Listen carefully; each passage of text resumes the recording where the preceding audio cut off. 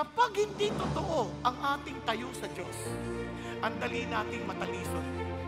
Ang dali nating maghusga, ang dali nating mawala ng gana dahil sa kamalian ng iba. Pero kung alam mo kung sino yung tinatayuan mo, wala akong pakialam kung hindi ka totoo. Ang importante, totoo ako sa Diyos.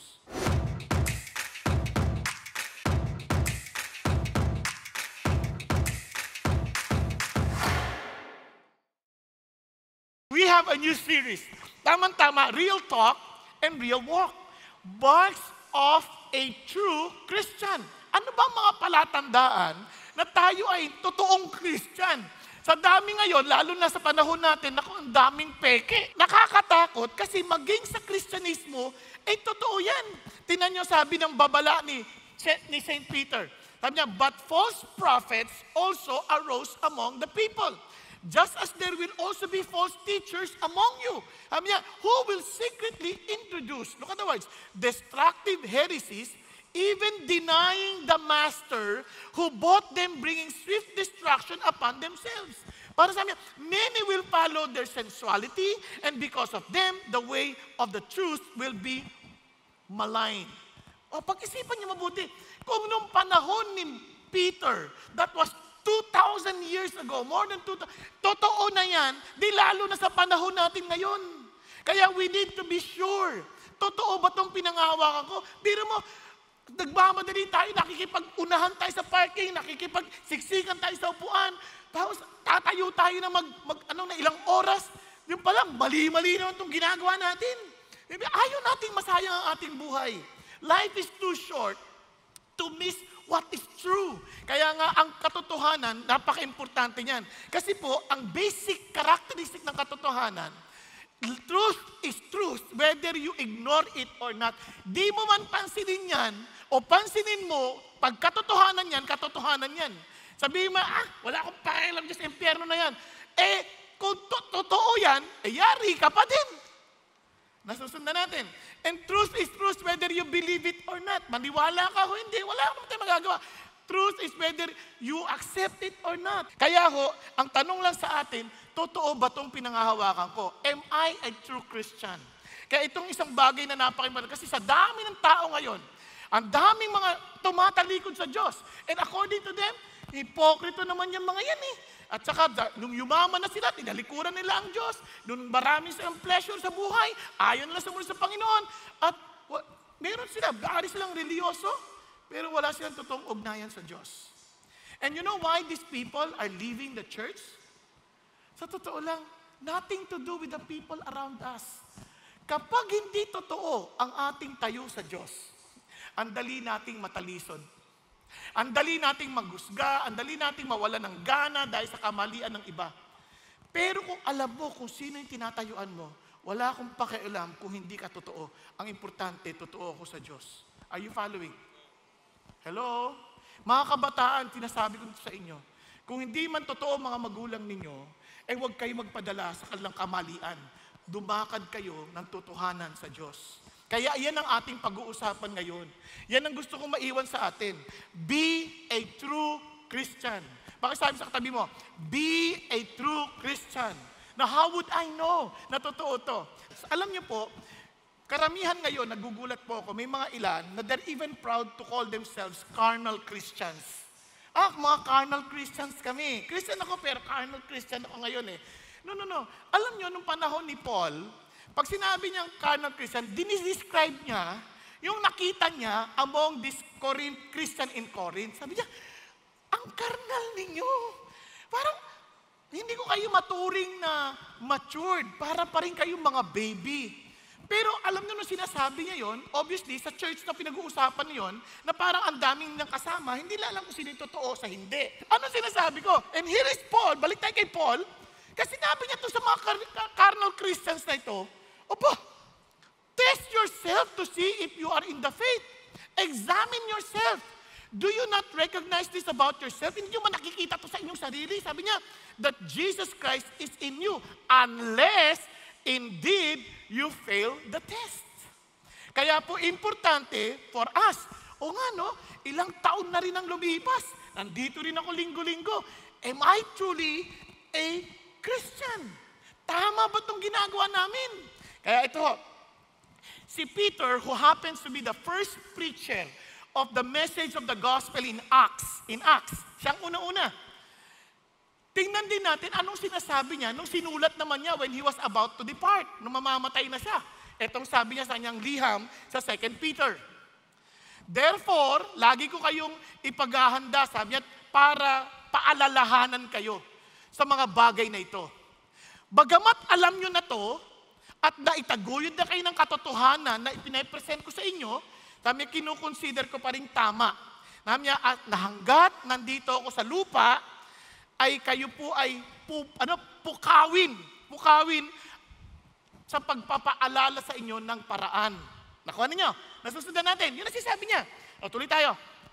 Alam ko, sabi ganoon, na paglisan ko sa lupain ito, sa buhay nito sa lupain, sabi niya, at ang ating Panginoon Diyos ay ipaliliwanag to sa inyo.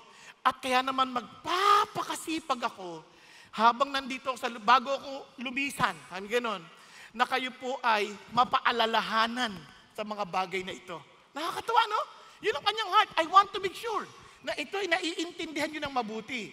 Kaya, pag tinignan niyo sa bandang huli ng kanyang kabanata, ito sabi niya, this is now, beloved, the second letter I am writing to you in which I am stirring up your sincere mind by way of reminder. Inulit-ulit niya, ito na yung pangalawang sulat ko sa inyo, kaya pupukawin ko ulit ang inyong mga kaisipan. That you should remember the words spoken beforehand by the holy prophets. Binabalikan ko lang kayo doon sa mga sinabi na ng mga propeta, and the commandments of the Lord and Savior spoken by our apostles. So, ito ngayon ang ating pag-uusapan. Ano yung sinulat niyang gusto niyang ipaalala sa atin? Yun ang ating pag-uusapan. Para maintindihan natin, tama ba? Pareho ba itong aking pinangahawakan? Pareho ba ito ng pinangahawakan ni Peter? Pareho ba ito ng pinangahawakan ng iba pang mananampalataya? 3 bagay to remember for this particular day. Riches of true salvation. Kasi para maintindihan mo kung tama ka, ang una mong titingnan, tama ba itong pinangahawakan ko? Di ba? Parang yung pera. Peki ba to? Paano malalaman? Alam mo yung totoo. Tama? Andiyan tayo? Alam mo yung totoo. Kaya, ano yung yaman ng totoong kaligtasan? Ano yung tamang tugon sa totoong kaligtasan? Ano yung dapat na resulta para sa totoong kaligtasan? Okay tayo? 3 R. Riches, response, and result. Let's talk about the riches of true salvation. Kung alam mo lang yung yaman ng totoong kaligtasan, sobrang ang saya-saya ng Christianity. Tingnan natin. Punta tayo kay Peter. Sa Simon Peter, a bondservant and apostles of Jesus Christ. Look at how Peter understood the gospel. Si Peter, kung naalala ninyo, kasama sa mga alagad na sinabihan ni Jesus, hindi na kita tatawaging alipin, tatawaging kitang kaibigan. Dahil ibubunyag ko sa iyo ang kalooban ng aking ama. Tama? Sundan niyo. So, ano nga si Jesus? Kaibigan. Hindi lang yon. Siya ay aking Panginoon. Siya ang aking mahal na masa. Pero, look at him. Because of the understanding of the riches of the true gospel or true salvation, binilang niya yung sarili niya a bondservant. Hindi lang basta servant. Bondservant. Yung servant, pwede kang mag-resign. Ang bondservant, sinasabi niya, lahat ng karapatan ko, lahat ng gusto ko, lahat ng bagay-bagay tungkol sa akin, iyon na. I am totally yours. Your wish is my command. Ganun ba ang ating ugnayan kay Kristo? O, tuloy tayo. To those who have received a faith of the same kind. Uy, ang ganda. Yung Christianity, pare-pareho dapat yung faith niyan. Hindi yan iba-iba. Isa lang yung faith kasi look at the kind of faith. A faith that we have received of the same kind. Same quality. Ubaga, same nature ng faith. Hindi yung faith niya para ang lakas, yung faith niyang hina. Hindi. When it comes to salvation, it is only one saving faith. Okay? Anong klaseng faith yon? Ito yung sinasabi ni yung faith na yan, hindi yan nagsimula sa atin. Kasi it focuses on the object. Sabi niya, and have received a faith by the righteousness of our God and Savior, Jesus Christ. So balik tayo ulit sa 1 Peter. Tingnan natin para lalo natin makita. Tingnan nyo. By the righteousness, look at the words of our God. Napansin nyo ba? Walang kama dito. Sabi, bakit walang kama? Our God and Savior, Jesus Christ. Hindi niya sinasabi, si God at si Jesus. Sabi niya, He is my God and Savior, Jesus Christ.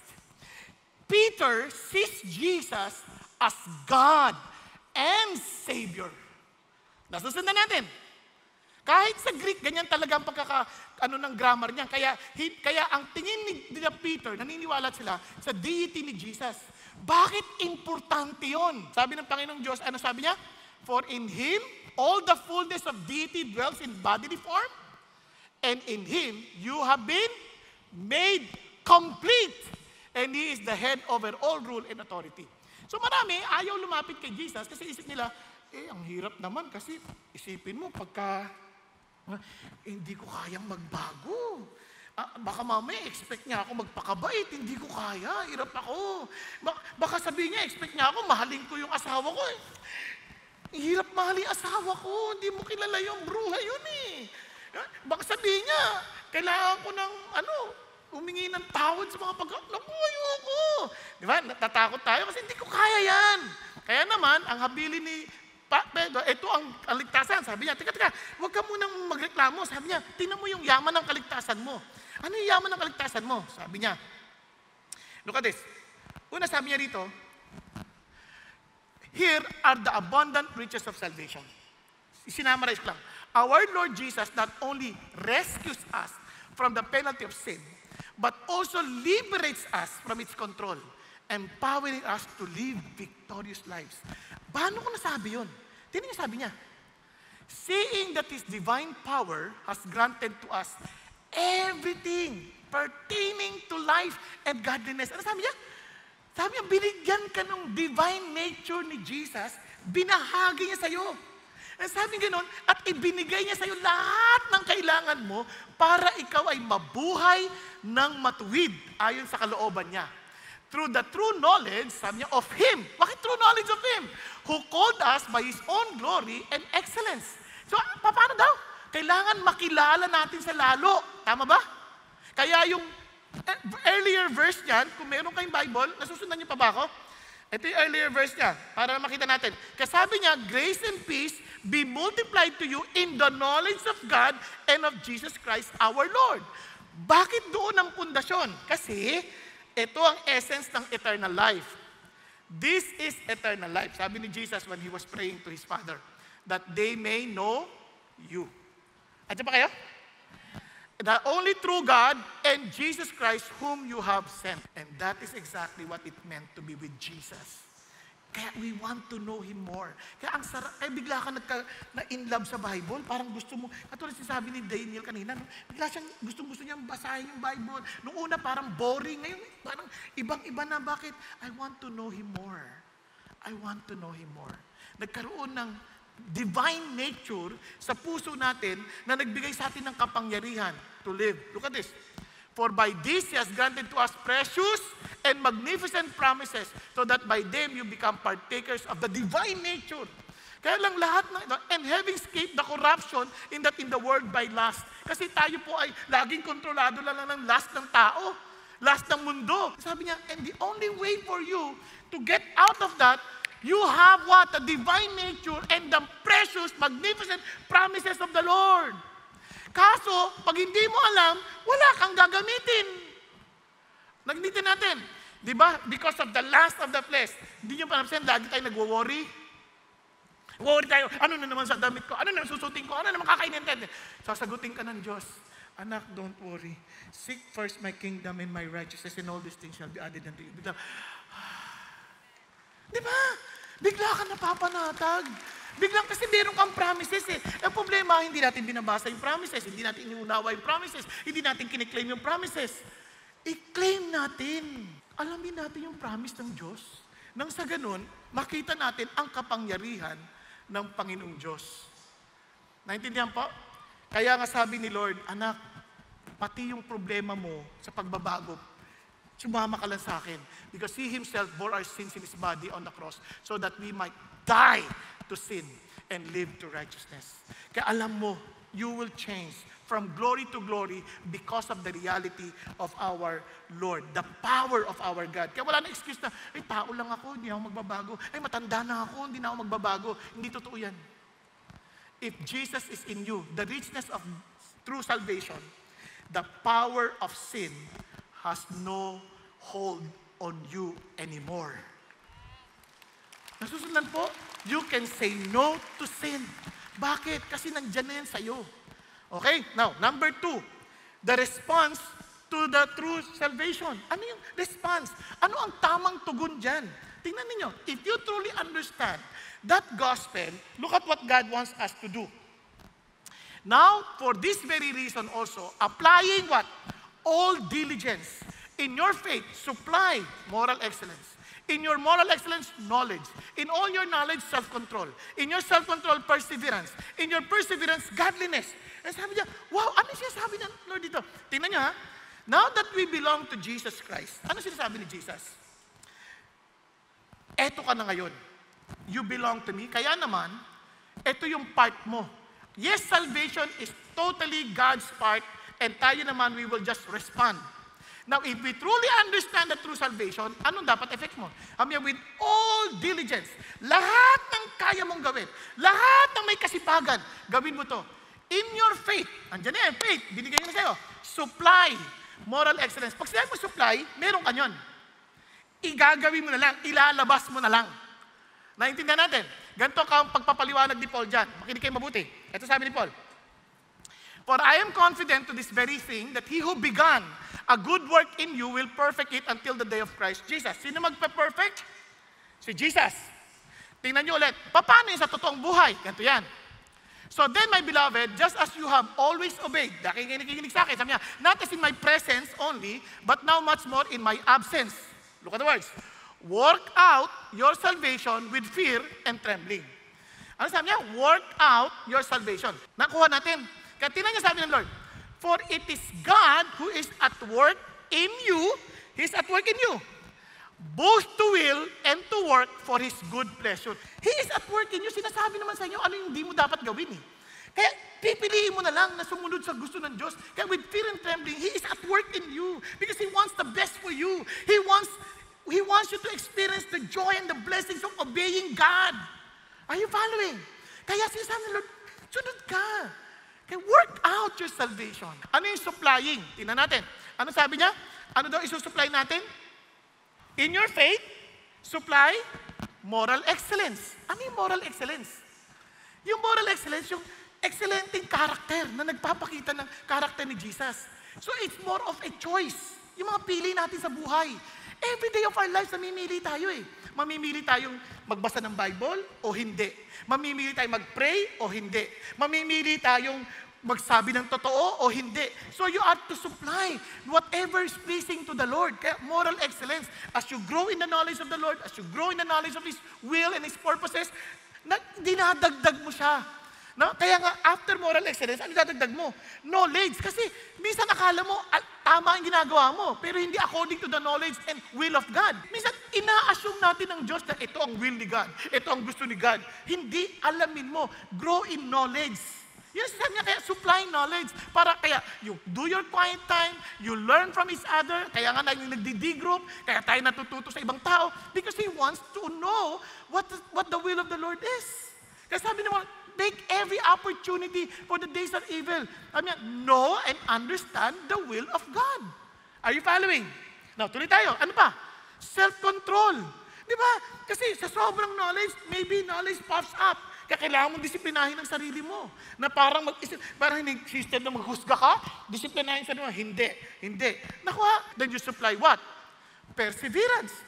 Naku, sa totoo lang, maraming mga Christian susuko na. Ayoko na. Kasi nakakapagod, lagi ako nadadapa. Wag. Lahat naman tayo nadadapa. Kasi nga nag-grow tayo. Kung nadadapa ka man, wag ka malungkot. Bangon ka ulit. Punta ka ulit kay Jesus. Bakit? Dahil tumataas ang value mo.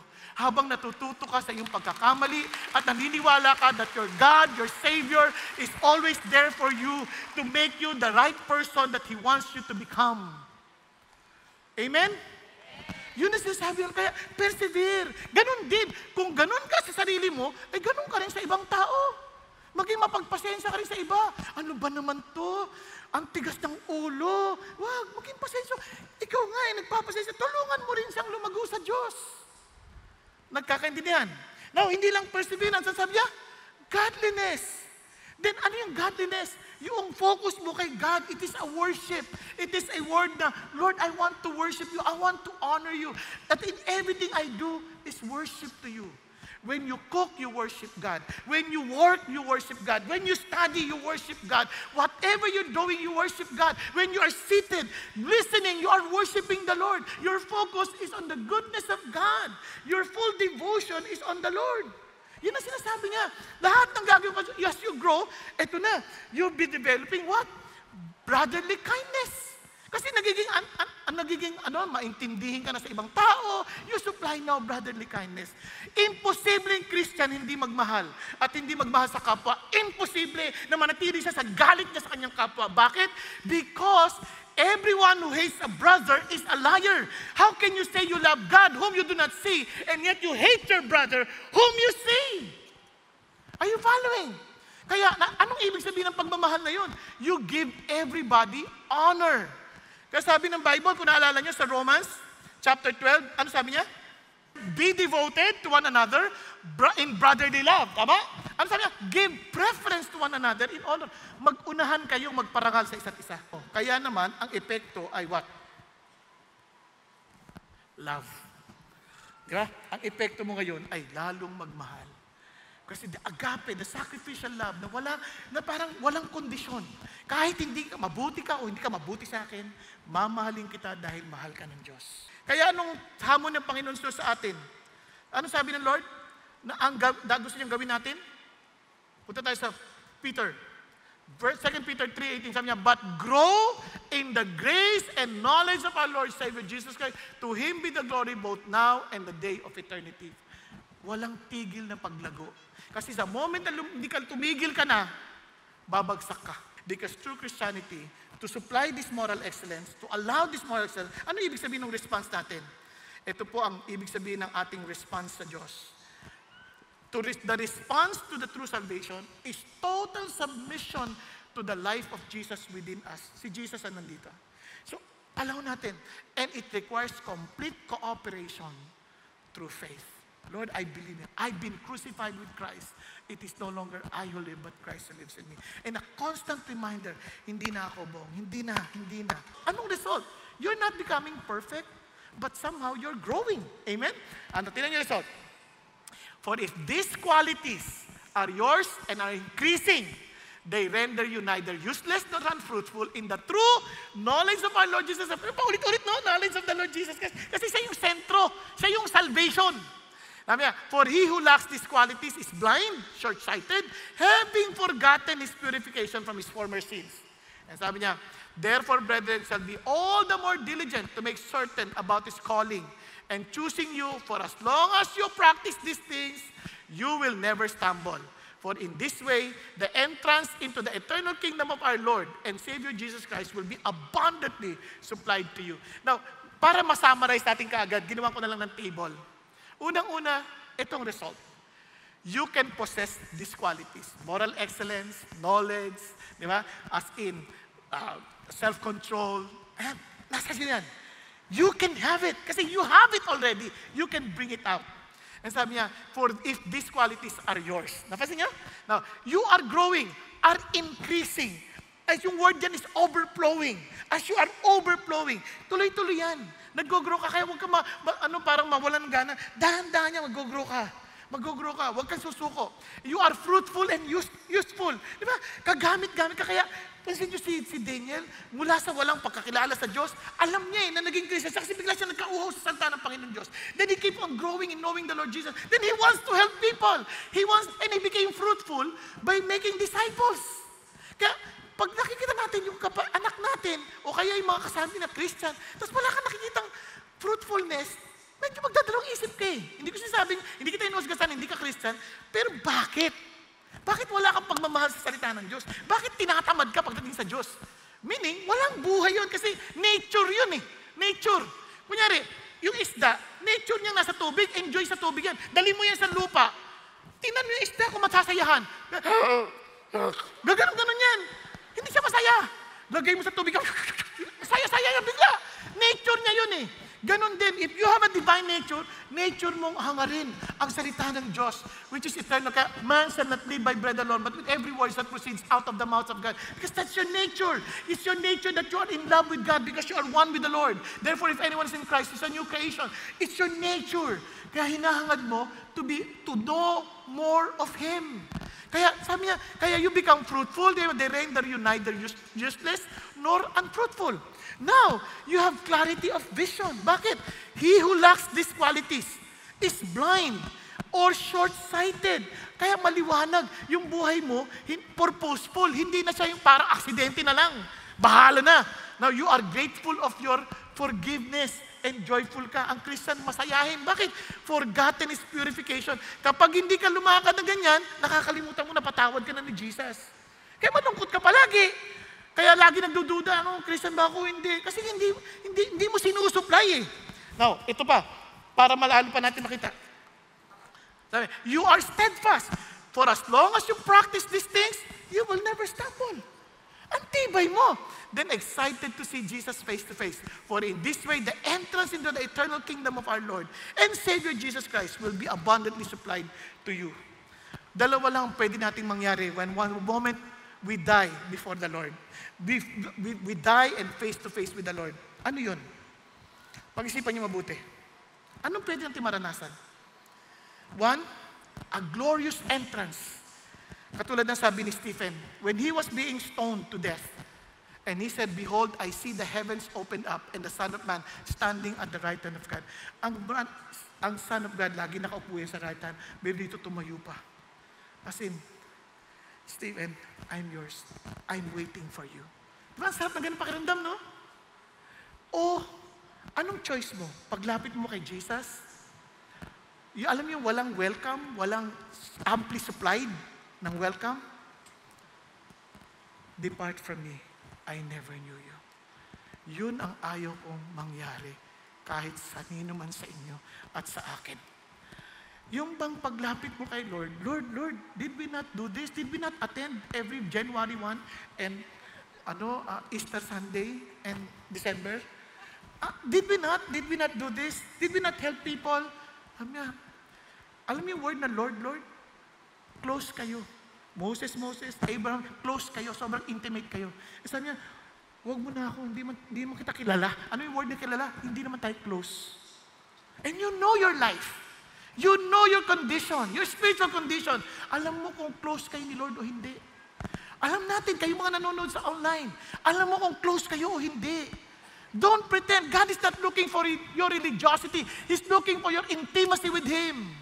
Your love for Him. Because you understood His love for you.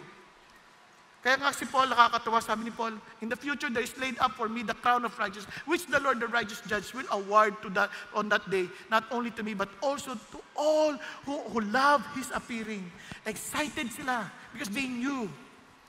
Friends, ang hangad ko po para sa ating lahat, and I will end, that every one of us will hear God say, well done, good and faithful servant. And look at the word, I will put you in charge of many things. Enter into the joy of your master. Bakit po yung iba nawala? Bakit yung iba? Ano nangyari sa kanila? Kasi po, wala pong totoong nature. Kaya nga nalungkot si Peter. Sorry, kailangan ko lang itong balikan. Sabi ni Peter, for if after they have escaped the defilement of the world by the knowledge of the Lord Jesus and Savior Jesus Christ, na-experience sila initially yung ginawa ng Lord, they are again entangled in them and are overcome. Nanumbalik sila sa dati. The last state has become worse for them than the first. Sabi niya, it would be better for them not to have known the way of righteousness than having known it to turn away from the holy commandment handed on to them. Kaya maraming sabi they're Christian and yet they're living their own lives in wickedness. Kaya sabi niya, and it happened to them according to the true proverb. A dog returned to its own vomit, and a sow after washing returns to wallowing in the mire. walang pagbabago ng nature. Parang ganito, sa labas, ginawa mo na, nilinis mo na. Yung baboy, hugasan mo yan, paliguan mo yan, tapos babalik lang ulit siya sa putikan. Alam nyo, paano yan malinisan talaga? Linisan mo yan, katayin mo yan, tanggalin mo yung balahibo, litsunin mo, kikintab yan. Because unless you die to yourself, you'll never have the real nature that God wants you to become. Kaya alam nyo may resulta. Don't fool yourself saying, I'm a Christian, I attend service, I prayed to receive Jesus. If there is no real reality of the divine nature in you, loving Him, desiring Him, doing things because of your great love for Him, perhaps wala talagang relasyon sa Diyos and you will just get back to the mire. Tayo pong lahat ay yumuko at pumikit sandali. Ikaw lang nakakalam ng totoo mong kakalagayan. And I pray, huwag niyo hayaan na matapos na naman ang araw na ito na Lord, totoo ba talaga ako? Kapatid ko, hindi ka siguradong totoo ka na mayroon kang ugnayan kay Jesus, na talagang hinahangad mong lumago sa iyong pagmamahal kay Jesus. Magpakumbaba tayo, sabi natin, Lord, wala talaga akong uhaw sa iyo. Be humble enough to admit your real condition. Be humble enough to admit you need Jesus. Kaya kapatid, ngayon pa lang, hinahamon ko kayo. Kung kayo po ay nasa inyong kalagayan, nararamdaman at naintindihan ninyo, Lord, ang layo ko sa inyo. Kapatid, lumapit ka sa Panginoon. Sabi ng Panginoon, come to me, those who labor and heavily laden, I'll give you rest. Learn from me, for I'm humble and meek. Come on, don't be proud. Be humble. And kapatid ko, ikaw yung kinakausap ng Diyos ngayon. And you want to be assured of your real relationship with Him, and you want to be a true Christian. Understanding the richness of His salvation. Understanding how to respond to His salvation. And seeing the result of the salvation. Kapatid, if that is your heart's desire, and God is speaking to you, just be humble to raise your hands to the Lord. Lord, ako po yun. Yes, huwag kang mahiya. Yes, yes, hallelujah. Thank you, Jesus. Thank you, Lord. Yes, ganun din po sa balcony. Ganun din po sa upper balcony. Be humble enough to say, Lord, ako po yun. And even for those who are online, kahit nanonood ka, huwag mo isipin na nag-attend na ako. Pero habang nakikinig ka, nagluluto ka, hindi mo maintindihan ang buo. I'm challenging you to watch it again, and I'm telling you, this time, get serious with God. And God wants to welcome you in eternity. As in, with an wide open arms. So yes, be humble. Raise your hands to the Lord. Yes, thank you, Jesus. And those who raise their hands, will you please stand up from where you are? Tayo ka, tayo ka. As a sign of your humility, surrender to God. Yes, thank you, Jesus. Thank you, Lord. Thank you, Lord. Thank you, Jesus.